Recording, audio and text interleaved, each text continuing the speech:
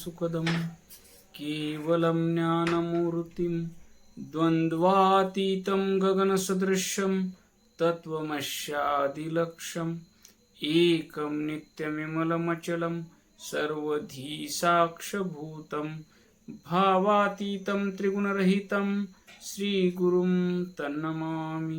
अज्ञानतिमिरान्धस्य ज्ञानाञ्जनशलाकया चक्षुरुन्मिलितं तस्मै श्रीगुरुवे नमः। तस्मै श्रीगुरुवे नमः। तस्मै श्रीगुरुवे नमः। आपण संतश्रेष्ठ बसवलिंग महाराजाच्या अभंगवाणीवर चिंतन करत आहोत। चिंतनासाठी आज घेतलेला अभंग आहे, जप करुनिया काय होय वस्तू अजपची आहे, उत्तम तो लई लीन मध्यम ध्यान धारणा, कनिष्ठ तो देवार्चन अधम तीर्थयात्रा जान, देवता देवी महाविघ्न मोठे हत्यारी दुर्जन, मिथ्या माया आवरण संसाराशी हेची कारण, उत्तम तो लई लीन मध्यम ध्यान धारणा, बसवलिंग मने देही वस्तू आहे तेची पाही, उत्तम तो लई लीन मध्यम ध्यान धारणा। या अभंगातून संत श्रेष्ठ बसवलिंग महाराजांना अद्वैत दर्शन, सर्वाभूती परमात्म दर्शन झाल्यानंतर अखंड आत्मानंदातल्या अवस्थेतला सदैव आत्मस्वरूपात रममान असलेल्या संताचे अनुभवाचे बोल आहेत हे। तर ज्यावेळेस साधक साधनेच्या सर्वोच्च टोकाला पोहोचतो, शिखरावर जाणाऱ्याला पहिली पायरी महत्वाची वाटते, चढणाऱ्याला पुन्हा थोडं अंतर गेल्यानंतर थोडं चांगलं वाटतं, पण जो शिखरावर जाऊन पोहोचतो त्याला पहिल्या पायरीवरल्या दुसऱ्या पायरीवरल्या गोष्टी कशा वाटतात ते या ठिकाणी सांगण्याचा प्रयत्न केलेला आहे।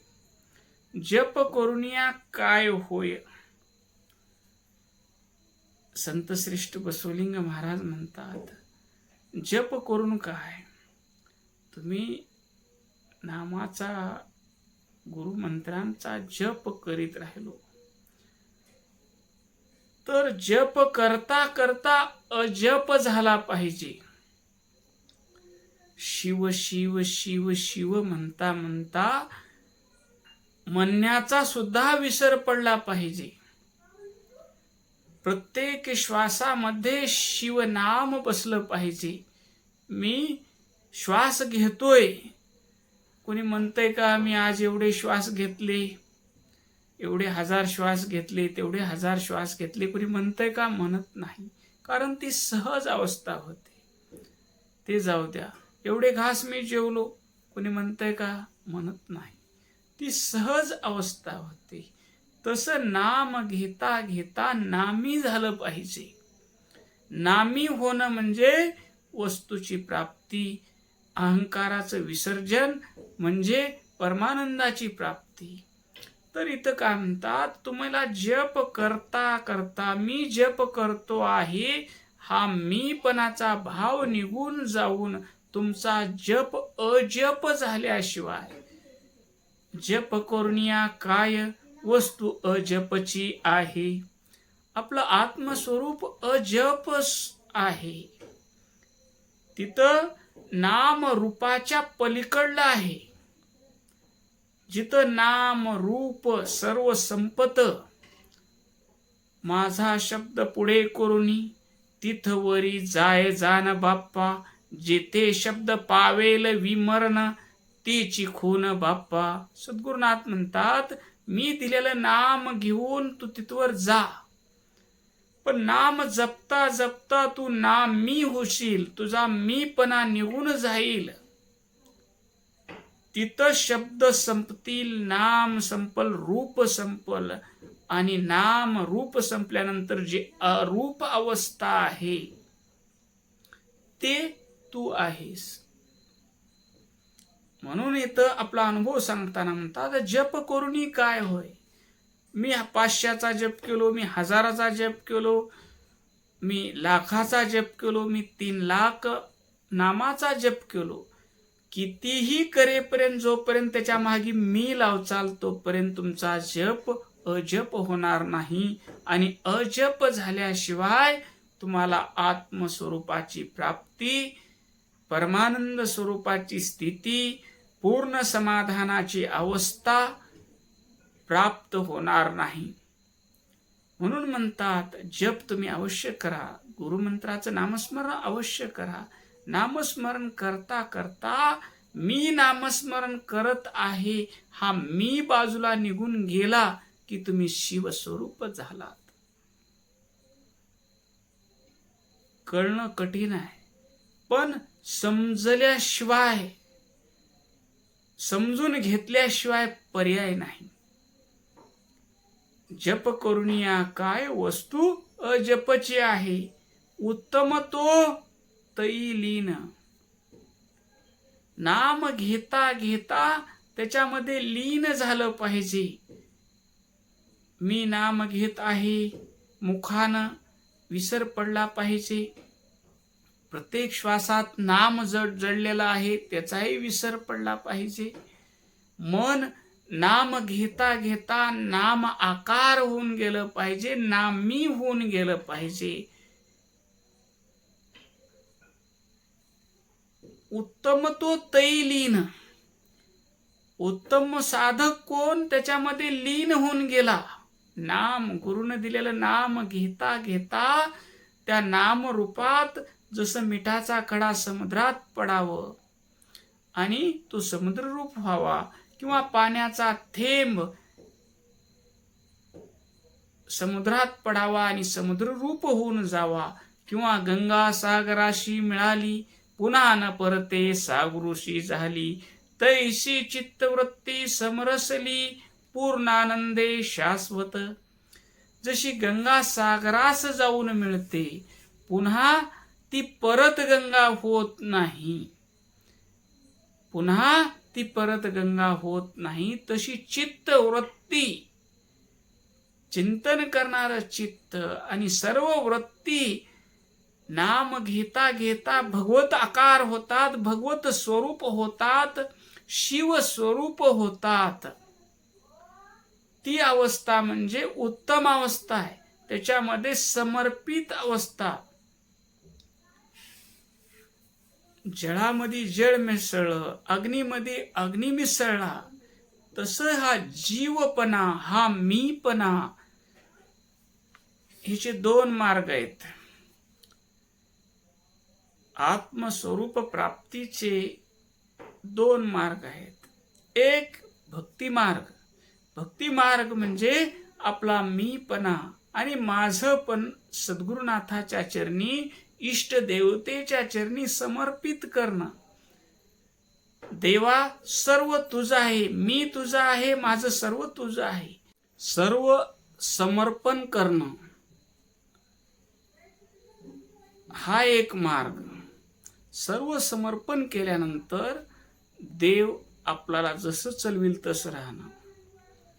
देवाच्या इच्छेनं माझं शरीर चलत आहे, आपली इच्छाच न ठेवणं, जिथं नेहलं तिथं जाणं, जे खाऊ घातलं ते खाणं, स्वतःची इच्छा न ठेवणं. जैसे नाचविशी देवा तैसे नाचू सदाशिवा.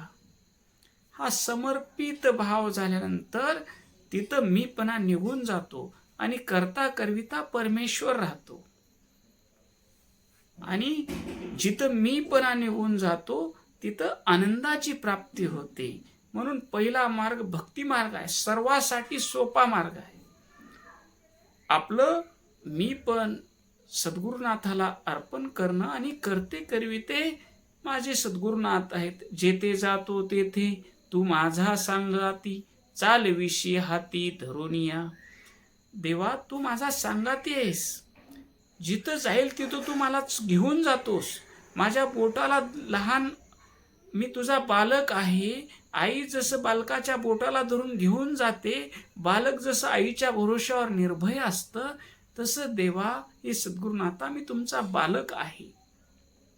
हा समर्पण भाव, तिथं मीपणा राहत नाही, तिथं स्वतःची इच्छा काही राहत नाही. जे झालं ते माझ्या देवाच्या इच्छेनं झालं, माझ्या सद्गुरुनाथाच्या इच्छेनं झालं. तिथं स्वतःची इच्छा राहत नाही, मीपणा राहत नाही, माझेपणा राहत नाही. हा भक्ती मार्ग आहे. जे झालं ते माझ्या भगवंताची इच्छा. आणि दुसरा मार्ग आहे ज्ञान मार्ग. ज्ञान मार्ग म्हणजे सद्गुरुनाथ उपदेश करतात. ज्या परमेश्वराचा तू शोध घेत सगळे 12 ज्योतिर्लिंग, 4 धाम, सर्व यात्रा करत आहेस, तो देव तूच आहेस. तत्वमसी ते तूच आहेस. तू सतचित आनंद स्वरूप आहेस. तू ज्ञान स्वरूप आहेस. तू प्रेम स्वरूप आहेस. तू परिपूर्ण आहेस. तू देह नाही, विश्वव्यापक चैतन्य तूच आहेस. तुला जन्म नाही, तुला मृत्यू नाही. तू सर्वाचा साक्षी आहेस. नव्हे, तूच विश्वरूप आत्मा आहेस. हा सद्गुरुनाथानं जे सांगितलं आणि जे तुम्ही जाणलो, तू जाण, तू साक्षी आहेस. तुम्ही जे जाणलो ते मानणं, हा दुसरा मार्ग. मी आनंद स्वरूप आहे, मी ज्ञान स्वरूप आहे. मला जन्म नाही, मला मृत्यू नाही. हे देह माझं साधन आहे, माझ्या आनंदाचं साधन आहे, माझ्या भक्तीचं साधन आहे, माझ्या ज्ञानाचं साधन आहे. मी आनंद स्वरूप आहे, मी शाश्वत आहे, मी नित्य आहे. ह्या भावात अखंड राहणं, हा दुसरा मार्ग, ज्ञान मार्ग. जे जाणलं ते मानून राहणं. जाणणं आणि मानणं. जाणणं म्हणजे मी आनंद स्वरूप आहे, मी सत्य स्वरूप आहे, मला जन्म नाही, मला मृत्यू नाही. या देहाचं मी बालपण पाहिलं, तरुणपण पाहिलं, म्हातारपण पाहत आहे, मी मरण सुद्धा पाहणार आहे. मी अखंड आनंद स्वरूप आहे. हे जाणूनी तेची होई जे, जाणूनी तेची होई जे, झालेपणाचा आठव आटीजे, त्या नाव विज्ञान. जे जाणलो ते तेच व्हायचं आणि अखंड त्याच अवस्थेत राहायचं. फक्त काय काय होत आहे ते फक्त साक्षी भावानं बघत राहायचं. Only observation, no action. फक्त निरीक्षण करायचं, काय होतंय, मन कुठं जातंय, क्रोध येतंय का, कुठं लोभ निर्माण होतंय का, कुठं भीती निर्माण होते का. फक्त बघत राहायचं आणि सावध व्हायचं. ह्या जन्म मरण शरीराचा धर्म आहे, तहान भूक प्राणाचा धर्म आहे, सुख दुःख मनाचा धर्म आहे. मी या सर्वांचा साक्षी आहे. मी अखंड आनंद स्वरूप आहे, मला काही घेणं देणं नाही. म्हणून म्हणतात उत्तम तो तैलीन. उत्तम कोण? एक तर भक्ती मार्गानं करता करविता देव आहे म्हणणारा, आपला अहंकार तिथं देवाच्या पायावर ठेवणारा, आणि दुसरा मीच देव आहे, हा सर्व विश्वव्यापक चैतन्य मीच आहे, माझ्याशिवाय दुसरी कोणतीही वस्तू नाही. सर्व देहातलं चैतन्य मीच आहे. माझा कोणी विरोधी नाही, माझा कोणी प्रतिस्पर्धी नाही. सर्व विश्व रूपानं मीच नटलो आहे. तर मला काही मिळवायचं प्रयोजन नाही ना, मला काही गमवायची भीती नाही. असं ज्ञान प्राप्त होऊन जो ज्ञान स्वरूप झाला, त्याची उत्तम तो तैलीन. मध्यम ध्यानधारणा. ध्यानधारणा ही मध्यम आहे म्हणतात.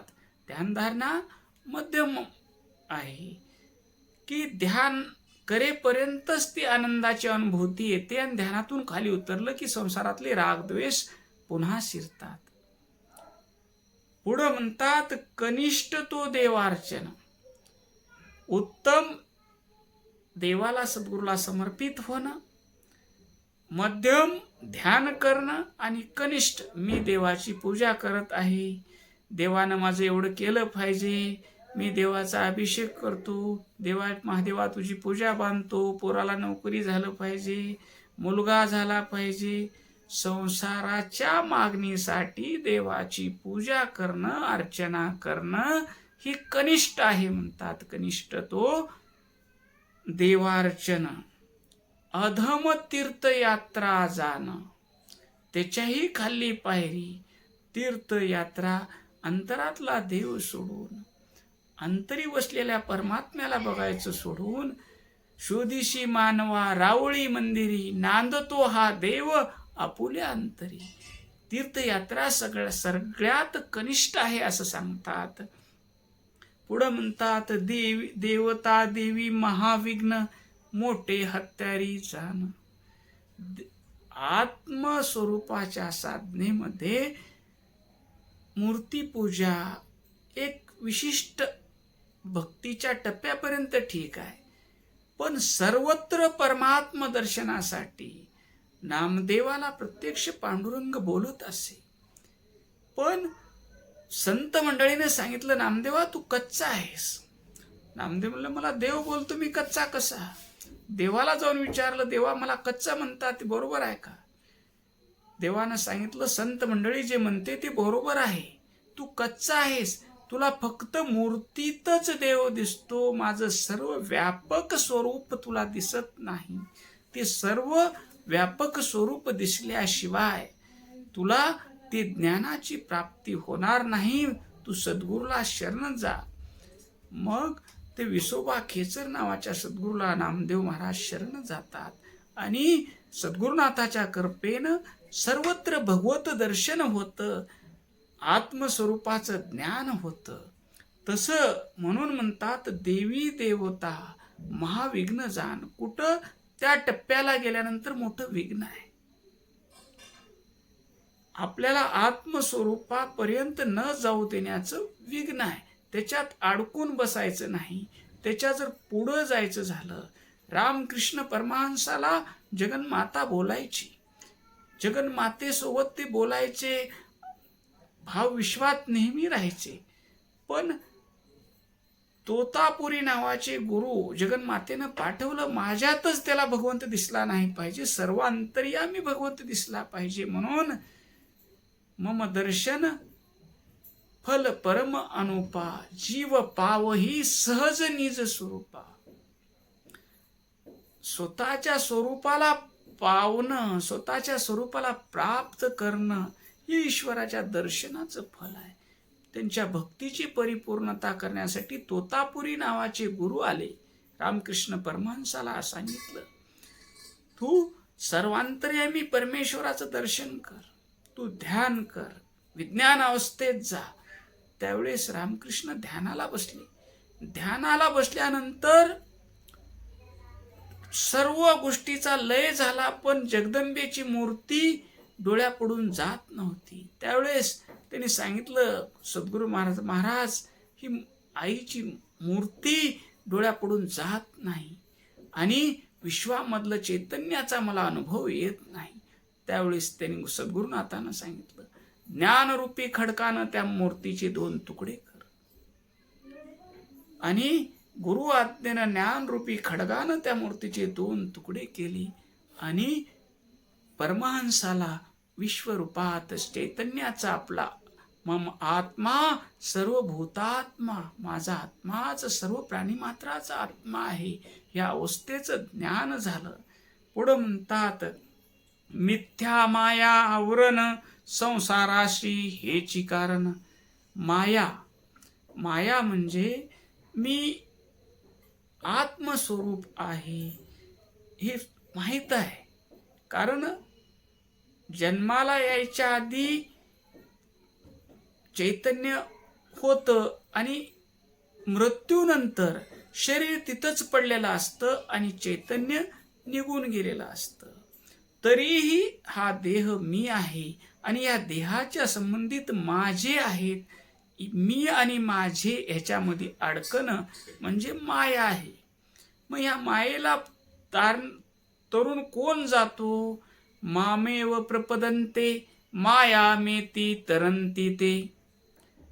जो ईश्वराला पूर्ण भावानं शरण जातो त्याला या मायेतून तरून जाता येतं. म्हणून म्हणतात मिथ्या माया आवरण. ही माया मी माझं म्हणून जो माणूस दुःखी होतो ही ईश्वराची माया आहे. ते मी पण आणि माझं पण ईश्वराच्या चरणी समर्पित केल्यानंतर करता करविता ईश्वर जातो. आपली करता बुद्धी निघून जाते आणि आपल्यासाठी संसार संपतो. संसार म्हणजे देहात्म बुद्धी संपते. आपण आनंद रूपात, दृष्टाभावात, साक्षी भावात आनंद साक्षी भावाचा अनुभव घेत राहतो. पुढं म्हणतात बसवलिंग म्हणे देही वस्तू आहे तेची पाहे. अरे बाबा रे, कुठं जाऊ नको रे. परमात्मा तुझ्या देहातच बसलेला आहे. ती वस्तू, ज्या वस्तूचा तू शोध घेत आहेस, तो परमात्मा काशी, रामेश्वर, बद्रीनाथ, केदारनाथ कुठेही तुला सापडणार नाही. तो तुझ्या अंतरंगात वसलेला आहे. त्याला जाणून घेण्यासाठी तू सद्गुरुनाथाला शरण जा. पूर्णतः त्याला समर्पित हो आणि मग बघ तुला देहातलं दुधात जसं तूप असतं तसं या देहामध्येच परमात्मा आहे. आणि तो परमात्मा दुसरा तिसरा कोणी नसून तो तूच आहेस. ओम शांती शांती शांती.